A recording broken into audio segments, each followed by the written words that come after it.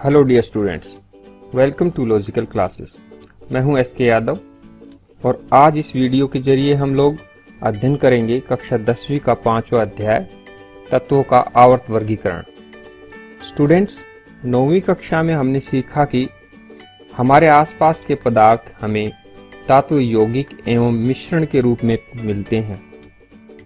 हम यह भी जानते हैं कि धातु एक ही प्रकार के परमाणुओं से बने होते हैं। क्या आप जानते हैं कि आज तक कितने तत्वों का पता लग चुका है?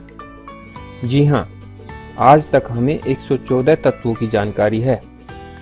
सन 1800 तक केवल 30 तत्वों का पता चला था। इन सभी तत्वों की भिन्न भिन्न विशेषताएं थी। जैसे जैसे विभिन्न तत्वों की खोज होती गई और इनके गुण धर्मों के बारे में जानकारियां जमा होने लगी, तो वैज्ञानिकों ने इनके गुण धर्मों में ऐसा प्रतिरूप ढूंढना शुरू किया जिसके आधार पर इन सभी तत्वों का आसानी से अध्ययन किया जा सके। सबसे पहले ज्ञात तत्वों को धातु एवं अधातु में वर्गीकृत किया गया। जैसे जैसे तत्वों एवं उनके गुणधर्मों के बारे में हमारा ज्ञान बढ़ता गया, वैसे वैसे उन्हें वर्गीकृत करने के प्रयास किए गए। इन प्रयासों में सबसे पहले हम डोबेराइनर के त्रिक की बात करते हैं। सन 1817 में जर्मन रसायन शास्त्री जोहान वुल्फगांग डोबेराइनर ने तीन तत्वों वाले कुछ समूहों को चुना एवं उन समूहों को त्रिक कहा।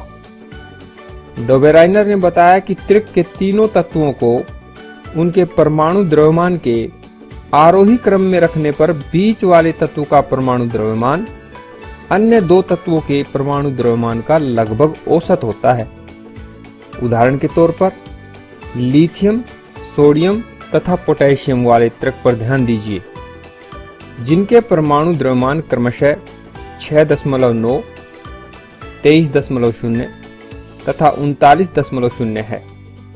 यहाँ बीच वाले तत्व यानी सोडियम का परमाणु द्रव्यमान 23.0 है, जो कि अन्य दो तत्वों लिथियम एवं पोटेशियम के परमाणु द्रव्यमानों यानी 6.9 तथा 39.0 का लगभग औसत है। परंतु तत्वों को त्रिक के रूप में वर्गीकृत करने की डोबेराइनर की यह पद्धति सफल नहीं रही, क्योंकि उस समय तक ज्ञात तत्वों में वे केवल 3 त्रिक ही बना पाए थे। ये 3 त्रिक आप इस सारणी में देख सकते हैं। स्टूडेंट्स, जब डोबेराइनर के त्रिकों द्वारा सभी तत्वों को वर्गीकृत नहीं किया जा सका, तो सन 1866 में अंग्रेज वैज्ञानिक जॉन न्यूलैंड्स ने सभी ज्ञात तत्वों को परमाणु द्रव्यमानों के आरोही क्रम में व्यवस्थित किया। उन्होंने सबसे कम परमाणु द्रव्यमान वाले तत्व हाइड्रोजन से शुरू किया तथा 56वें तत्व थोरियम पर इसे समाप्त किया। न्यूलैंड्स के अनुसार प्रत्येक 8वें तत्व का गुणधर्म पहले तत्व के गुणधर्म के समान था। उन्होंने इसकी तुलना संगीत के अष्टक से भी की, इसलिए इसे न्यूलैंड का अष्टक सिद्धांत के नाम से भी जाना जाता है।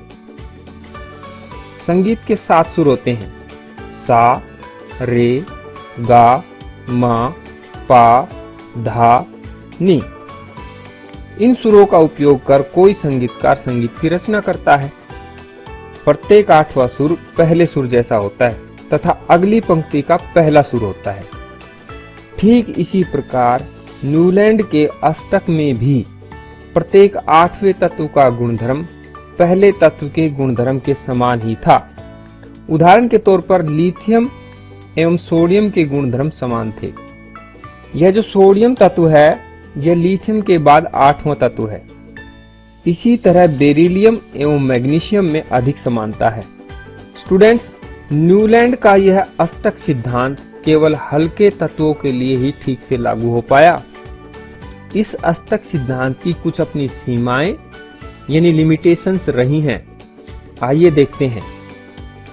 नंबर 1, ऐसा देखा गया कि अष्टक का सिद्धांत केवल कैल्शियम तक ही लागू होता था, क्योंकि कैल्शियम के बाद प्रत्येक 8वें तत्व का गुणधर्म पहले तत्व के गुणधर्म से नहीं मिलता।